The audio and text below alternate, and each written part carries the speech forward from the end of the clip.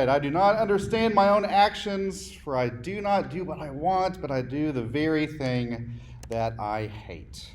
One of the more human moments in Paul's letter to the Romans, and a really great introduction to the sacred Enneagram, because the sacred Enneagram is one of the ways that we can talk about ourselves and learn how we often get in our own way. We want to do A, we want to do B, but then patterns that have existed in our lives and our personalities get in the way. So I felt that that was a helpful way for us to segue into this thing called the Sacred Enneagram. I wanted to take a moment just to talk about our roadmap for the next several weeks. Today is just basically introducing the concept of the Enneagram, talking about the basics, talking about how to navigate it with the basic concepts of triads, wings, and stress and security numbers, and then summarizing the 9 types, which you should have in a sheet of paper in front of you that on one side has a summary of the 9 types, and then on the other side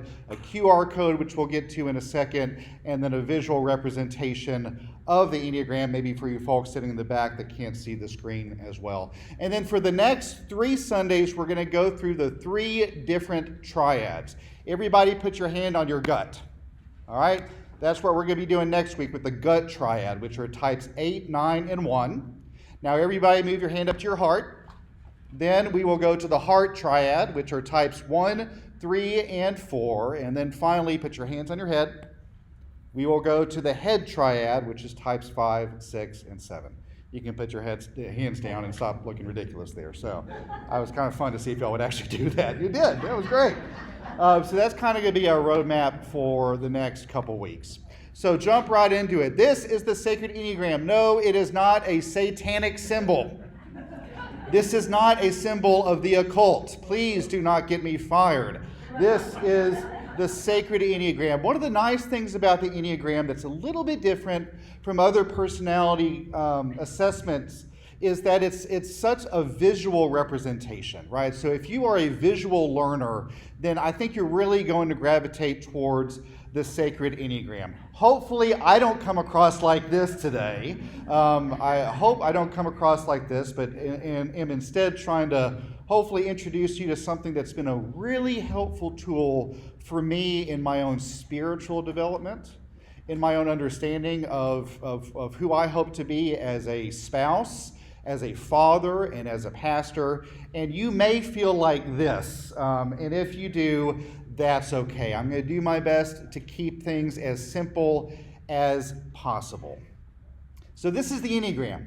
You have 9 different types. Up on the top right, number 1 are the perfectionist or the reformer, depending on who you ask, but I'm going through the typology, the names that are in the road back to you.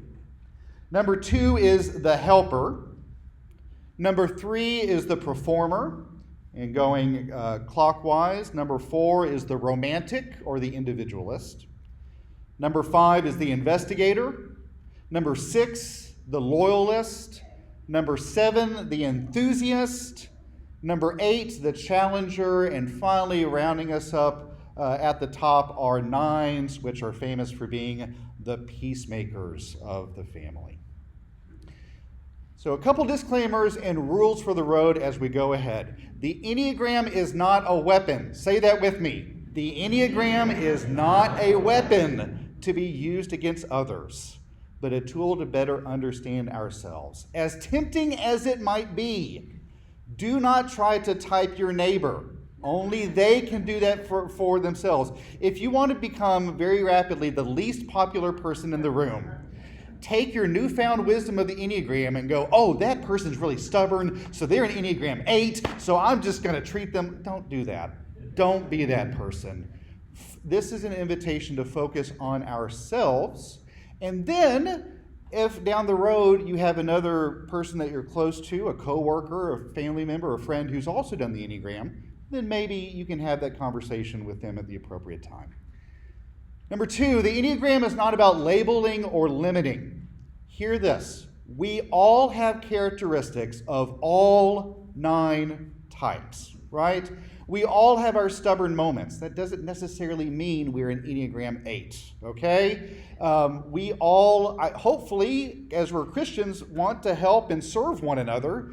That doesn't necessarily mean that we're all number 2s, okay? So just hear that we all have characteristics of all 9 types. We just tend to gravitate towards one over the other 8.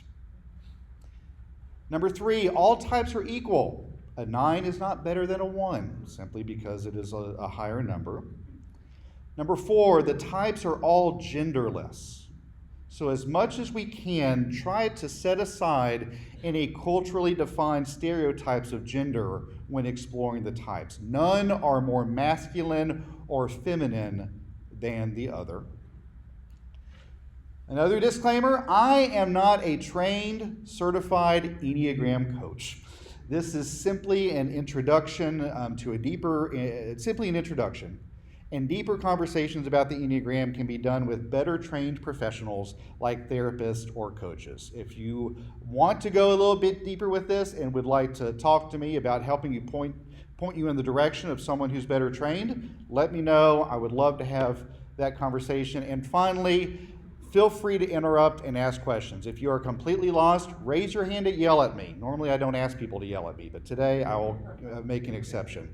This is not going to be a typical sermon series. It's going to be a little bit more of a lecture, although I hope you don't feel that you've been lectured to. But feel free to interrupt and ask any questions. So real quick, who, what, when, where, and why? Maybe you just stumbled in today and have no idea what the heck we're talking about. That's okay. The Enneagram came from, well, it depends on who you ask. Some people will say that the sacred Enneagram has been around for hundreds and hundreds of years. Some people will say that it has roots in ancient Muslim mystic traditions like the Sufis. That might be a bit of a stretch. What's more likely to be true is that about 100 years ago, there was a gentleman named George Gurdjieff who referenced this symbol in his work in psychology, spirituality, and self-awareness. And then fast forward about 40 years, in the 1960s and 1970s, when Oscar Icazo and Claudio Naranjo integrated the Enneagram with modern psychology. And then it was purely a secular exercise until the 80s or 90s when the Jesuits picked it up with Robert Ochs and started integrating the Enneagram into spiritual direction.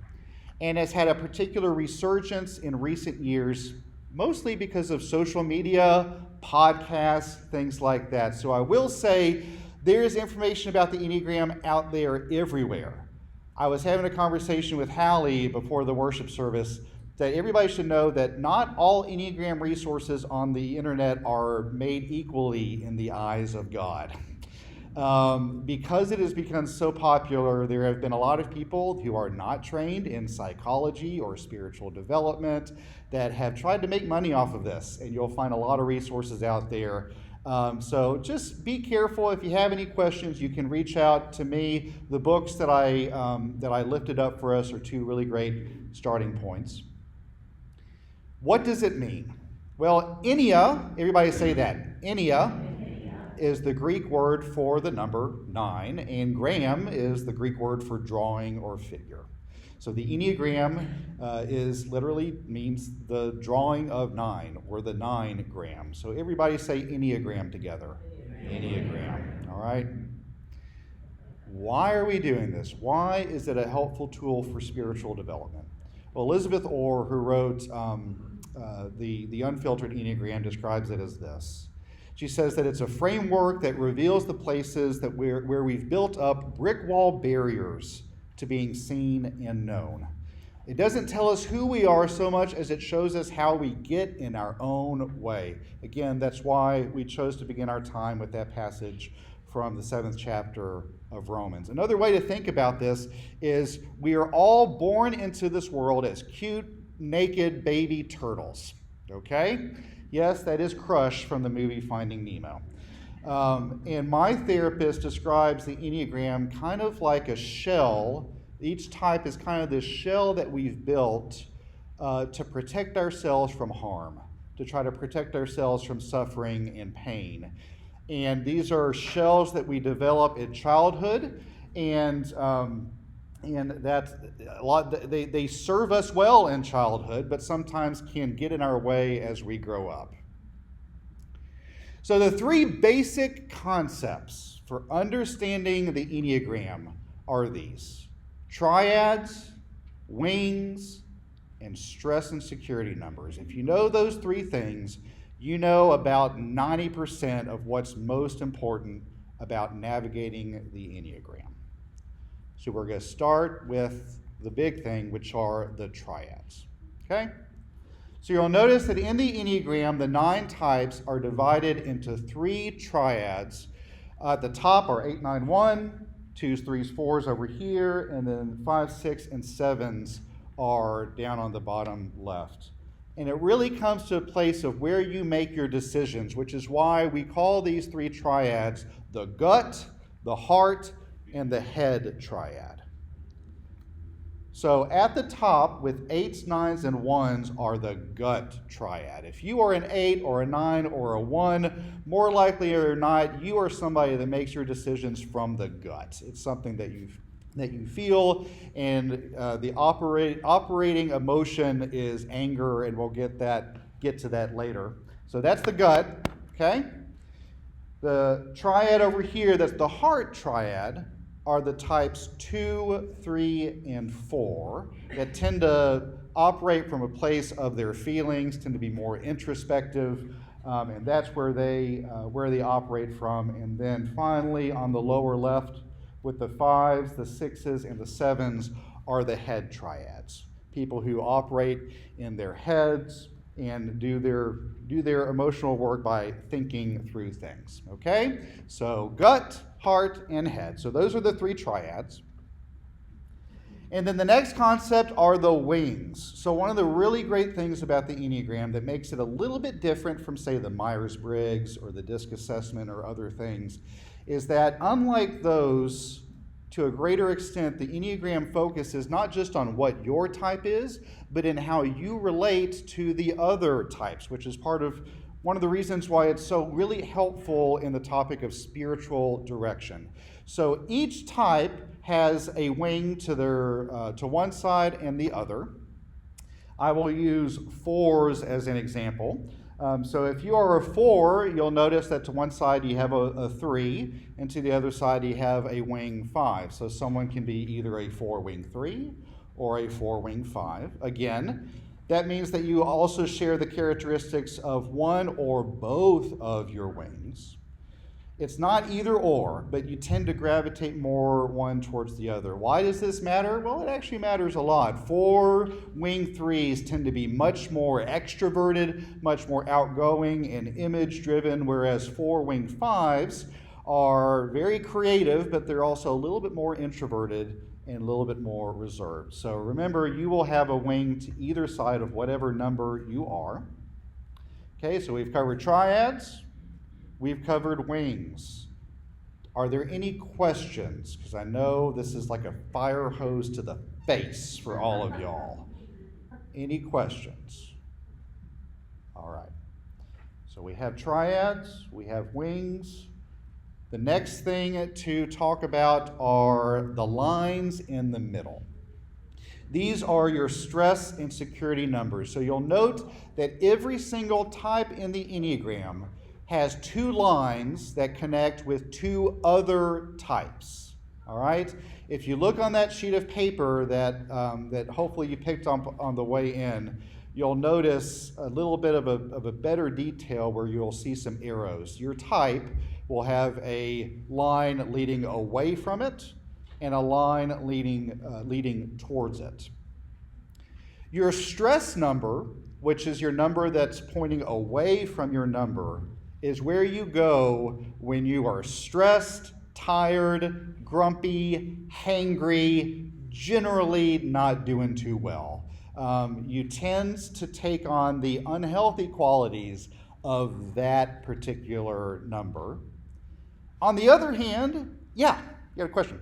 Okay, so if you're an 8, so when you stress, you take on the qualities of 5 or I don't have the numbers in front of me, but if you are an 8, then in stress, you take on the qualities of the number that's pointing away from you, right? So again, I don't have little arrows on it. so you have that, the one that you have has little arrows. So the number pointing away from your type is where you tend to go when you're having a really rough day, or you're going through painful grief, or really struggling, or the kids haven't let you sleep in 3 days.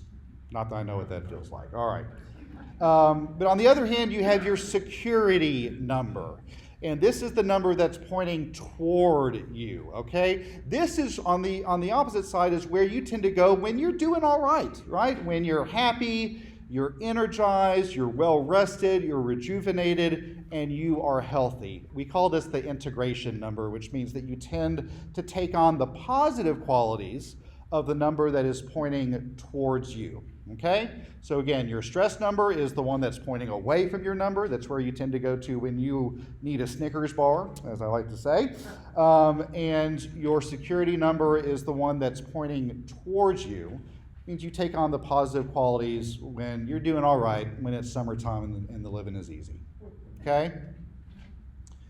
And again, these are not dichotomies. It's not like we're always stressed out or always healthy, but these are just general ways to talk about patterns. Okay? Any questions? All right. Again, this is the example I was talking about here. I am an Enneagram 4, so I will use Enneagram 4s. I will also roast Enneagram 4s the hardest because you are my people.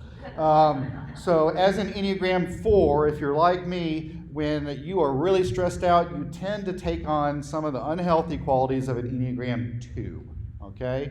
But if you are a 4 and you're in a healthy place, you're feeling good, rejuvenated, I tend to take on the positive qualities of an Enneagram 1. For the visual people among us, you may know that if you are a 6, a 3, or a 9, you make a really lovely Trinitarian dance right here. Just a little fun thing. All right, so we're going to jump right into a real brief summary of the 9 types, and then that's all we'll have time for today. We're starting out with number 8. I know, that throws everybody off. Threw me off the first time. Remember, we're going by triads, and the top triad is types 8, 9, and 1. So that's why we're starting with an 8, and then going to finish up with a 7. All right, so type 8 is the challenger. George Patton once said, "Aggressive fighting for the right is the noblest sport the world affords." This is the mantra of the 8s, or as Elizabeth Orr calls them, large, in charge, and just this side of belligerent. All right? Those are type 8. So the qualities of a typical type 8, they tend to be very self-confident and decisive, assertive and protective, and they value strength and control. If you know somebody that, or maybe you yourself are get behind me or get out of the way, they might be an Enneagram 8. Some famous Enneagram 8s, Martin Luther King Jr., Muhammad Ali, and former German Chancellor Angela Merkel. Moving right along to type 9, which are the peacemakers. The quote is, "I don't care wherever everyone else wants to go." This is what a 9 will often say when you ask them where they want to go to eat. I know a 9 in my life who, even on his birthday, you ask him where he wants to go to eat, and he'll say, "Oh, well, wherever everyone else wants to go." So Elizabeth Orr calls them comfortably numb and impressively stubborn. We'll get to that. We'll get to that next week. So qualities of a typical 9 tend to be easygoing and receptive. They seek harmony in their environment and will do almost anything to avoid conflict. And they really strive for inner peace. You'll note, ironically, that they are in the gut or the anger triad. The problem with Enneagram 1s is they sometimes have some suppressed anger that needs to be dealt with, but we'll get to that next week. Some famous, did I say 1s? I meant 9s. My apologies. Some famous 9s are Barack Obama, Bill Murray, and Renee Zellweger. Now, type 1s. Type 1s are the perfectionists of the Enneagram. Oh my gosh, that's so not how that should be done. That is a 1 when presented with doing things differently than they think things should be done. Elizabeth Orr says, R is for reformer and resentment. Again, is her snarky way of talking about Enneagram 1s. Enneagram 1s are principled and purposeful. They strive for perfection, which is why they're named that, and they have a really strong sense of right and wrong. They have very high standards and often themselves have anger directed towards themselves because they never quite live up to that standard that they think. Some famous ones: Jerry Seinfeld, Nelson Mandela, and Hillary Clinton. Number 2s are the helpers.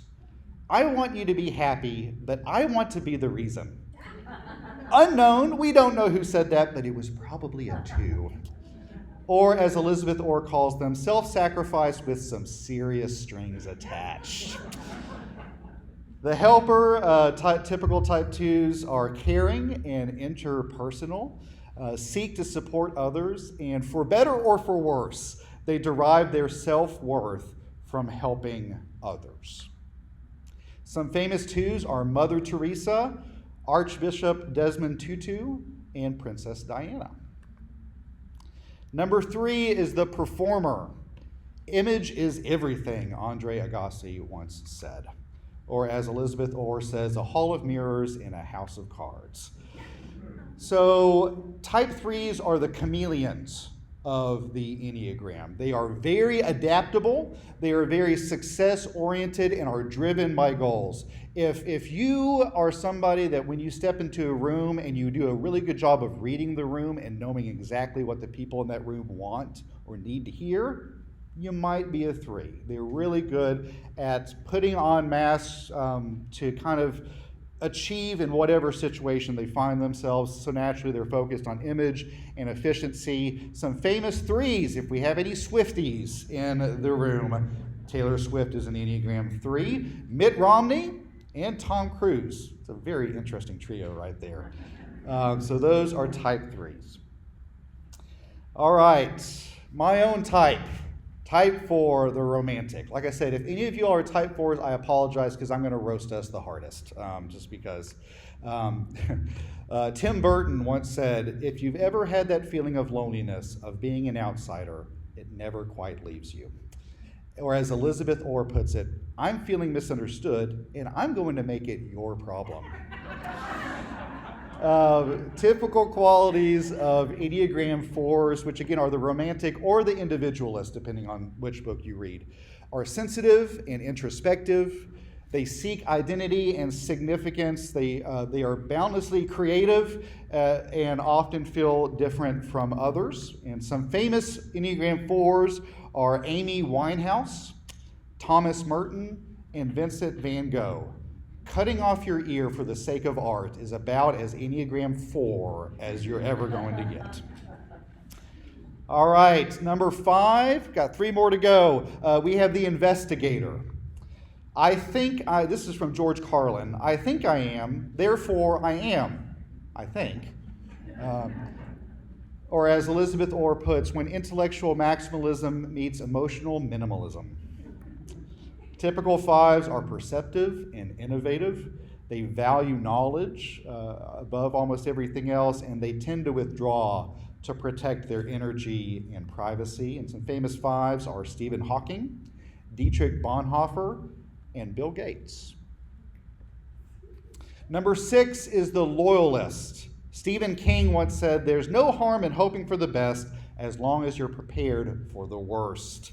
Or as Elizabeth Orr puts it, who needs trust when I've got projection?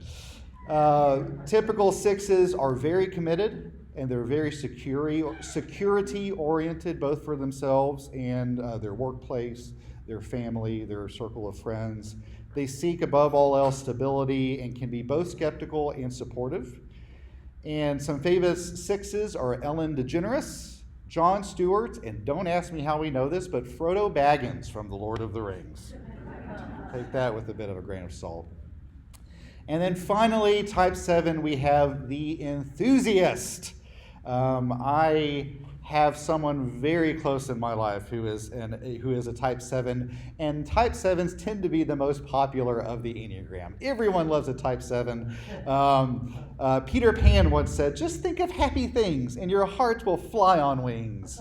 That is the mantra of the enthusiast, a type 7. Or as Elizabeth Orr says, the paradoxical paralysis of making too many plans.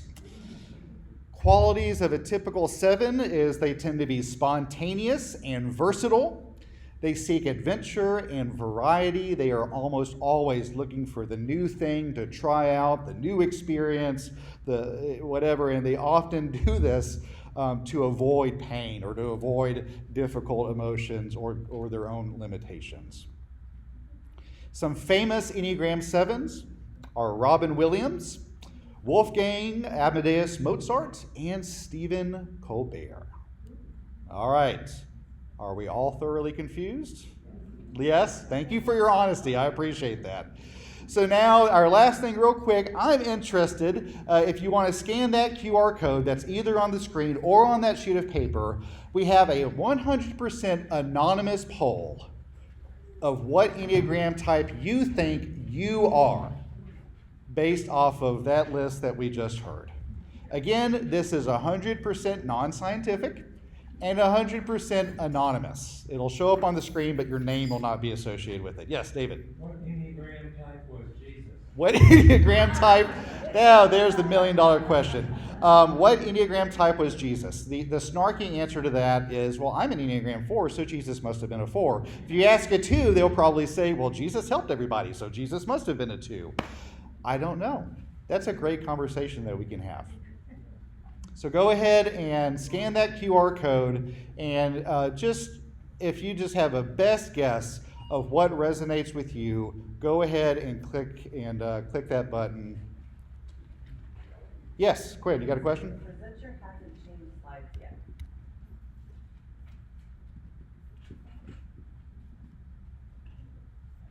All right, try it again. It's working for other folks up there, so maybe just refresh it. All right, the results are coming in. So far we have a lot. We have 8 people who self-identify as type 2s, so we have lots of helpers in here. We have our next highest right now currently we have a lot of peacemakers in the room. We have 2 type 1s, 2 type 3s. The investigator is coming up in the polls, so we've got some type 5s. No one wants to admit that they're type 8s. That's actually really funny. Because type 8, huh? That's so type 8. It's so type 8.